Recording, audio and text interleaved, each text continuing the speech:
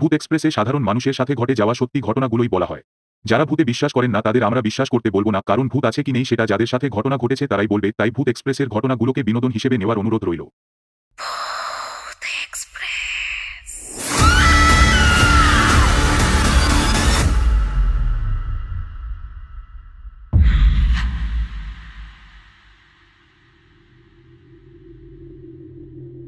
হে everyone, welcome back. সকলকে জানাচ্ছি স্বাগত আরও একটা নতুন এপিসোডে। এই মুহূর্তে আপনারা শুনছেন ভূত এক্সপ্রেস। আমি শুভ আছি সাথে, আর আশা করছি আপনারা প্রত্যেকেই অনেক ভালো আছেন এবং সুস্থ আছেন। আজকের এপিসোডে দুটো ঘটনা আছে। দুটো ঘটনাই একদম জমজমাট ঘটনা এবং ভীষণ ভয়ের ঘটনা। আশা করছি আজকের দুটো ঘটনাই প্রত্যেকের ভালো লাগবে এবং অনেকেই এনজয় করবে আজকের এই ঘটনা দুটো। যারা নতুন শুনছেন তাদেরকে আমি অনুরোধ করব আমাদের এই পরিবারে যুক্ত থাকার জন্য, আর আমাদের এই চ্যানেলটি সাবস্ক্রাইব করে রাখার জন্য। প্রত্যেক মঙ্গলবার এবং শনিবার আমাদের নতুন এপিসোড আসতেই থাকে। আপনারাও চাইলে আমার সাথে ঘটনা শেয়ার করতে পারেন। ঘটনা পাঠাতে হলে ঘটনাটি লিখে আমাকে মেল করতে হবে bhuthexpress9@gmail.com এই মেল অ্যাড্রেসে, অথবা আমাদের ফেসবুক পেজের ইনবক্সে আপনারা মেসেজ করে আমাকে ঘটনা পাঠাতে পারেন। আর বেশি দেরি করব না, চলে যাব আজকের প্রথম ঘটনায়। ঘটনাটি যেভাবে লেখা হয়েছে ঠিক সেভাবেই পড়ে আমি সকলকে শোনাচ্ছি।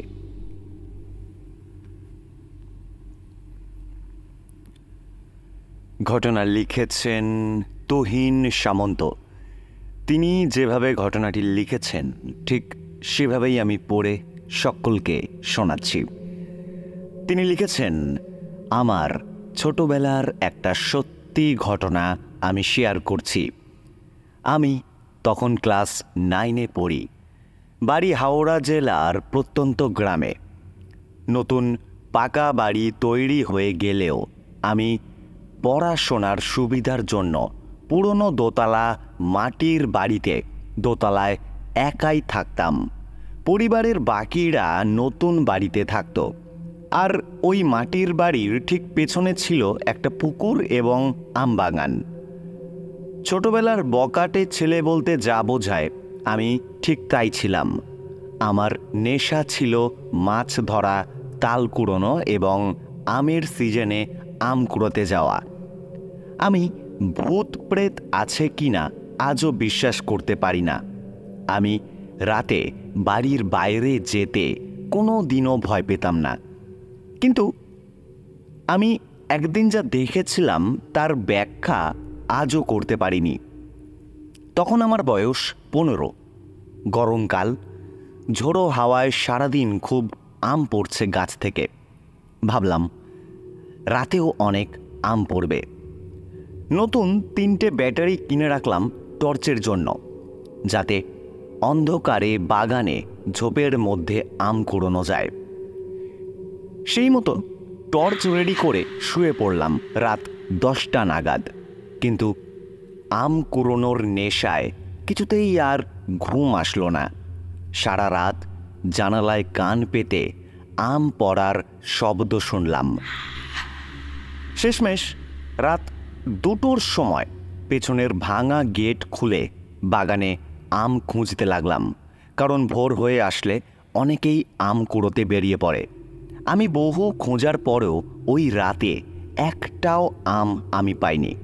তারপর আমার সন্দেহ হয়। ভাবলাম অন্য কেউ আমার আগেই এসে আম কুড়িয়ে নিয়েছে। ঠিক তখনই হঠাৎ দূর থেকে দেখলাম একটা মহিলা আমার দিকে আসছে। আমি বললাম, কে কে ওখানে, বড় মা? দেখলাম সে কোনো সাড়া দিল না। আমি টর্চের আলো ফেলতে পারছিলাম না, কারণ ওই সময় 2000 সালে তখনও স্বচ্ছ ভারত চালু হয়নি। ভোরবেলা অনেক মহিলাই বাথরুমের কাজ সারতে বাঁশ বাগানে যেত। সুতরাং কে কীরকম ড্রেস পরে আছে সেই চিন্তা করে আমি আর টর্চের আলো জ্বালাইনি। কিন্তু ওই মহিলা আমার পাশ দিয়ে হেঁটে হেঁটে চলে গেলেন। তিনি আমার সাথে কোনো কথাও বললেন না। আমি ভাবলাম পাশের বাড়ির একটি ফ্যামিলির সাথে আমাদের কোনো কথাবার্তা নেই, সেই বাড়ির বড় মাই ওটা হবে। কিছুক্ষণ পরে দেখলাম আমার সামনে এসে উনি হাজির হলেন। সেই মুহূর্তে আমিও নিশ্চিত ছিলাম সব আম উনি চুরি করেন বা কুড়িয়ে নিয়েছেন, এটা আমি একেবারে নিশ্চিত ভেবে নিয়েছিলাম। আমি আবারও ডাকলাম, বড় মা, ও বড় মা। আমি আবারও কোনো সাড়া না পেয়ে বাধ্য হয়ে সম্মান জানিয়ে ওনার পায়ের দিকে টর্চের আলোটা ফেললাম। দেখলাম ওখানে কিছুই নেই, কিন্তু আলো বন্ধ করলেই আবারও অন্ধকারে ওই মহিলাকে আমি স্পষ্ট দেখতে পাচ্ছিলাম। তখন আমি ভাবলাম রাতে ঘুম হয়নি, তাই হয়তো ভুলভাল দেখছি, তাই একটু চোখটা রগড়ে নিলাম। তারপর একটু অন্য দিকে তাকিয়ে আমি আবারও ওই বড় মার দিকে তাকালাম। আমি দেখলাম ওই মহিলা ওই একই জায়গাতেই দাঁড়িয়ে আছে। আমি যতবারই টর্চের আলো ওনার উপর ফেলছিলাম, দেখছিলাম টর্চের আলোটা ওনাকে ভেদ করে চলে যাচ্ছে অপর প্রান্তে। এটা দেখে আমার মনে একটু সন্দেহ হয়। আমি শেষমেশ ওনাকে লক্ষ্য করে একটা গোটা ইট ছুঁড়ে মারি।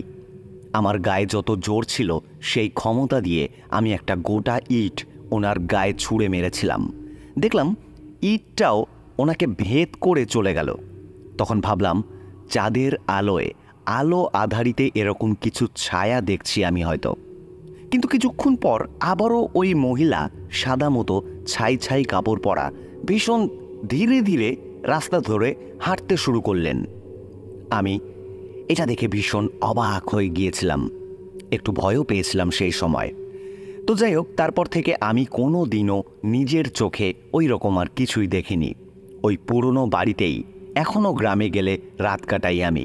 বাগান পুকুর সমেত ওই পুরনো মাটির বাড়ি এখনও প্রায় পরিত্যক্ত। সবাই যে যার বেরিয়ে গিয়ে পাকা বাড়ি তৈরি করে নিয়েছে। এবার আপনারাই বলুন যে আমি কি সেদিন কোনো প্রেতাত্মাকে দেখেছিলাম? এই ঘটনার ব্যাখ্যা আজও আমার কাছে নেই। এই ছিল দাদা ঘটনা, এই ছিল প্রথম ঘটনা। চলে যাব দ্বিতীয় ঘটনায়। ঘটনা লিখেছেন অনুরাধা ব্যানার্জি ভট্টাচার্য। তিনি লিখেছেন, ঘটনাটি আমার ছেলের মাস্টার মশাইয়ের কাছ থেকে শোনা। ঘটনাটি প্রায় 50 বছর আগের। তখন মাস্টার মশাইয়ের 17-18 বছর বয়স হবে। তখন তিনি নিমন্ত্রণ পেলেন এক বন্ধুর দিদির বিয়ের। কিন্তু এই বন্ধুটির বাড়ি ছিল গ্রামে, তাই পাড়ার সব বন্ধুরা মিলে চলল ওই বিয়ে বাড়ির উদ্দেশ্যে। গ্রামটি বলা যায় অজপাড়াগা, তবে আজ থেকে যেহেতু অনেক দিন আগের ঘটনা, তাই বোঝাই যাচ্ছে তখন গ্রাম বাংলাগুলোর পরিস্থিতি ছিলই অনেক খারাপ। ওনারা বিয়ে বাড়িতে পৌঁছানোর পর সব বন্ধুরা মিলে গ্রাম দেখতে বেরোলেন। সারা গ্রাম ঘোরার পর একটা বাড়ি ওনাদের প্রত্যেকেরই দৃষ্টি আকর্ষণ করল। একটা ছোট্ট এক কামরার মাটির বাড়ি। দেখেই বোঝা যাচ্ছে বাড়িটা ভীষণ পুরনো নয়, কিন্তু বাড়িটার দরজায় বেশ বড় করে তালা লাগানো, তার ওপর সিঁদুর দেওয়া আর জানালাগুলো চেপে বন্ধ করা। জানালার বাইরে যে কড়াগুলো লাগানো সেগুলো দড়ি দিয়ে শক্ত করে বাঁধা। এই দেখে সবাই এক মুহূর্তের জন্য দাঁড়িয়ে পড়ে। কিছুক্ষণ পর তারপর তারা ওই বাড়িটা দেখে ওখান থেকে চলে যায় বিয়ে বাড়িতে। বিয়ে বাড়িতে ফিরে কয়েকজনকে বাড়িটার ব্যাপারে জিজ্ঞাসা করাতে কেউ কেউ এই কথাটাকে এড়িয়ে যায়, আর দু একজন বলে বাড়িটা নাকি ভালো না। এরপর রাতের দিকে বিয়ে থা মিটে যাওয়ার পর মাস্টার মশাই এবং ওনার বন্ধুরা যখন শুতে যাবে, তখন মাস্টার মশাই বলেন যে চল না সবাই মিলে ওই বাড়িটায় যাই, দেখি না দরজা জানালা খুলে ভেতরে ঢোকা যায় কিনা। বন্ধুরা এই কথা শুনেই নাকচ করে দেয়। তারা বলে যে আমাদের সুখে থাকতে ভূতে কি লয়নি, পাকামো করে কোনো লাভ নেই, তার চেয়ে বরং সবাই শুয়ে পড়। মাস্টার মশাই তখন বন্ধুদের কথায় শুয়ে পড়ে। কিছুক্ষণ পরে তিনি ঘুম থেকে উঠে চেষ্টা করতে থাকেন ওই বাড়িটাতে যাওয়ার। সবাই যখন ঘুমিয়ে পড়েছে তখন তিনি বাড়ির থেকে একাই বেরিয়ে যায় আর সেই বাড়িটার সামনে চলে যায়। বাড়িটার 3টে জানালা, একটা দরজা। দরজাটাকে চেষ্টা করলেন খোলার জন্য, কিন্তু মাস্টারমশাই সেই দরজাটা কিছুতেই খুলতে পারলেন না। তারপর জানালাগুলো ধরে অনেক টানাটানি করতে গিয়ে একটা জানালা নিজের থেকেই খুলে মাটিতে পড়ে যায়। মাস্টারমশাই দেখলেন জানালায় কোনো গরাদ নেই, ভেতরটা একেবারে ঘুটঘুটে অন্ধকার। মাস্টারমশাইয়ের মাথায় এবার চাপল একটু দুষ্ট বুদ্ধি। এবার তিনি জানালা দিয়েই গলে গেলেন ভেতরে। তিনি ভেতরে ঢুকে টর্চের আলোয় যতটুকু দেখলেন, ভেতরে সেরকম কিছুই নেই। একটা চৌকি পাতা, একটা ভাঙা টেবিল আর কতগুলো হাঁড়ি কড়া উল্টো করে রাখা। ঘরটাতে বেশ ধুলো পড়ে রয়েছে, তবে মাকড়সার একটাও জাল নেই। উনি সঙ্গে করে নিয়ে গিয়েছিলেন একটা মোমবাতি আর একটা দেশলাই। উনি মোমবাতিটা জ্বালিয়ে টর্চটা নিভিয়ে দিলেন। চৌকিটার ধুলো ঝেড়ে উনি উঠে বসলেন চৌকিটার উপরে। মিনিট 5 বসে থাকার পর মাস্টারমশাই আধ শোয়া হয়ে পড়লেন চৌকিটাতে।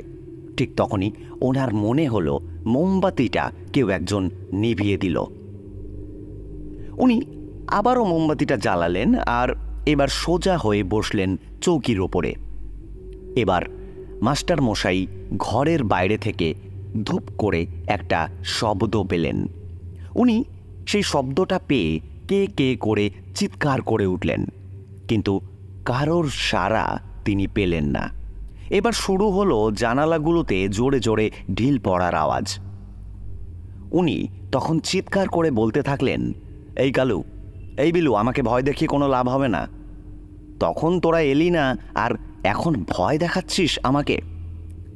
এরপর আরও জোরে জানালাগুলোতে ঢিল পড়া বেড়ে গেল।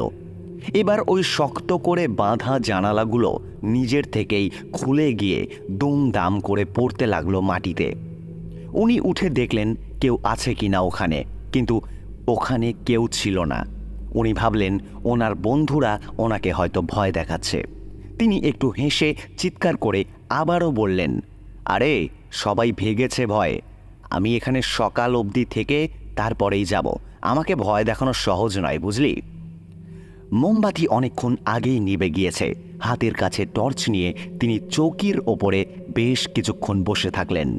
বসে থাকতে থাকতে ওনার চোখ লেগে যাওয়াতে উনি শুয়ে পড়লেন। কতক্ষণ কেটেছে উনি জানেন না। হঠাৎই ওনার মনে হয় ওনার বুকের ওপর কেউ বসে ওনার গলাটা টিপে ধরেছে। তিনি নিঃশ্বাস নিতে পারছিলেন না একেবারে। কোনো রকমে তিনি ধরফর করে উঠে বসলেন। তারপর টর্চ জ্বালিয়ে চারপাশটা দেখে নিয়ে একটা সিগারেট ধরাতে গেলেন, কিন্তু যতবার দেশলাই জ্বালাতে গেলেন তিনি, ততবারই ওটা নিভে গেল। ফলে উনি বিরক্ত হয়ে সিগারেট না ধরিয়ে আবারও শুয়ে পড়লেন। কিছুক্ষণ পর উনি শুয়ে থাকতে থাকতে চোখ বুজে ফেললেন। ওনার মনে হতে লাগলো মুখের সামনে কেউ একটা ঝুঁকে পড়েছে আর কপালটা সুরসুর করছে। দু একবার কপাল থেকে জিনিসটাকে সরিয়ে উনি শুয়ে থাকলেন, কিন্তু কিছু একটা ক্রমাগত কপাল আর নাকটাকে ছুঁয়ে যেতে থাকলো। এবার হাতের টর্চটা জ্বালাতেই ওনার চোখে পড়ল একটা ফাঁস দেওয়া দড়ি। উনি দেখলেন ওনার কপালে এসে সেই দড়িটা ঠেকেছে। দড়িটা ঝুলছে ঘরের বাঁশ আর ঘরের চাল থেকে, আর তার পাশেই আরেকটা বাঁশ থেকে ঝুলছে আরেকটা দড়ি, যেই দড়িটাতে ঝুলে আছে একটা লাশ, যার চোখ আর জিভ সম্পূর্ণ বেরিয়ে আছে, আর সেই লাশটা ধীরে ধীরে নেমে আসছে তার দিকেই। এই দৃশ্য দেখে ঠিক সেই মুহূর্তে ওনার মনে হয় ওনার শরীরের ওপর ঠান্ডা আর ভারী কিছু একটা এসে পড়ল। এরপর ওনার আর কিছুই মনে নেই। এরপর ওনার জ্ঞান ফেরে অনেকের চিৎকারে। উনি চোখ খুলে দেখেন সেই ঘরটাতেই উনি শুয়ে আছেন, আর ঘরটার বাইরে থেকে চেঁচামেচির আর দরজা তালা ভাঙার আওয়াজ হচ্ছে। কয়েক মুহূর্তের মধ্যে তালা ভেঙে ঢুকে পড়ে মাস্টার মশাইয়ের বন্ধুরা আর গ্রামবাসীরা। উনি বেঁচে আছেন এটা দেখে সবাই আনন্দে চিৎকার করে ওঠে। তারপর ওনাকে ধরে সেই বিয়ে বাড়িতে নিয়ে আসা হয়। তারপর সেবা করে তাকে সুস্থ করে তোলা হয়। কিন্তু মাস্টারমশাই সবার কাছেই বকুনি খান তার এই দুঃসাহসিক কাজের জন্য। সেদিন বিকালেই মাস্টারমশাই ও তার বন্ধুরা রওনা দেন। যাবার আগে ওনারা জানতে পারেন যে ওই ঘরটাতে একটি লোক থাকত। সাতকুলে ওনার কেউ ছিল না। এই ঘটনার মাস 3 আগে ওই লোকটি গলায় দড়ি দিয়ে ওই ঘরেই আত্মহত্যা করে। যেহেতু ওই বাড়িটার আর কেউ ভাগিদার ছিল না, সেহেতু কিছু সুযোগ সন্ধানী মানুষ ওই ঘরটিতে আত্মসাৎ করতে চেয়েছিল এবং যারা যারা রাত্রিবাস করতে গেছে ওখানে তাদের সবার সাথে এই একই ঘটনাই ঘটেছে। তাই গ্রামবাসীরা সকলে মিলে পরামর্শ করে ওই বাড়িটিকে একটি ওঝা ডাকিয়ে বন্ধ করিয়ে দিয়েছিল। এরপর সবই ঠিক ছিল, কিন্তু মাস্টারমশাইয়ের ভুল ভাল বুদ্ধির জন্য এই সমস্যা আবারও শুরু হয়। ট্রেনে করে ফেরার সময় মাস্টারমশাই এও জানতে পারেন যে সেদিন রাতে তার কোনো বন্ধুই তাকে ভয় দেখাতে আসেনি। ভোরের বেলায় সবাই ঘুম থেকে উঠলে যখন দেখে তাদের বন্ধুকে পাওয়া যাচ্ছে না, তখন তারা খুঁজতে বের হয় এবং ওই বাড়ির সামনে এসে সবাই জানলা দিয়ে দেখতে পায় যে তাদের বন্ধু অজ্ঞান হয়ে পড়ে আছে ওই ঘরের ভেতরে। তারপর তারা দরজা ভেঙে মাস্টারমশাইকে উদ্ধার করে ওখান থেকে। এই ছিল ঘটনা। এই ছিল আজকের এপিসোডের দুটো ঘটনা। কেমন লাগলো আজকের এপিসোড কমেন্ট করে জানিও। সবাই ভালো থেকো। আজকের মতো শুভরাত্রি।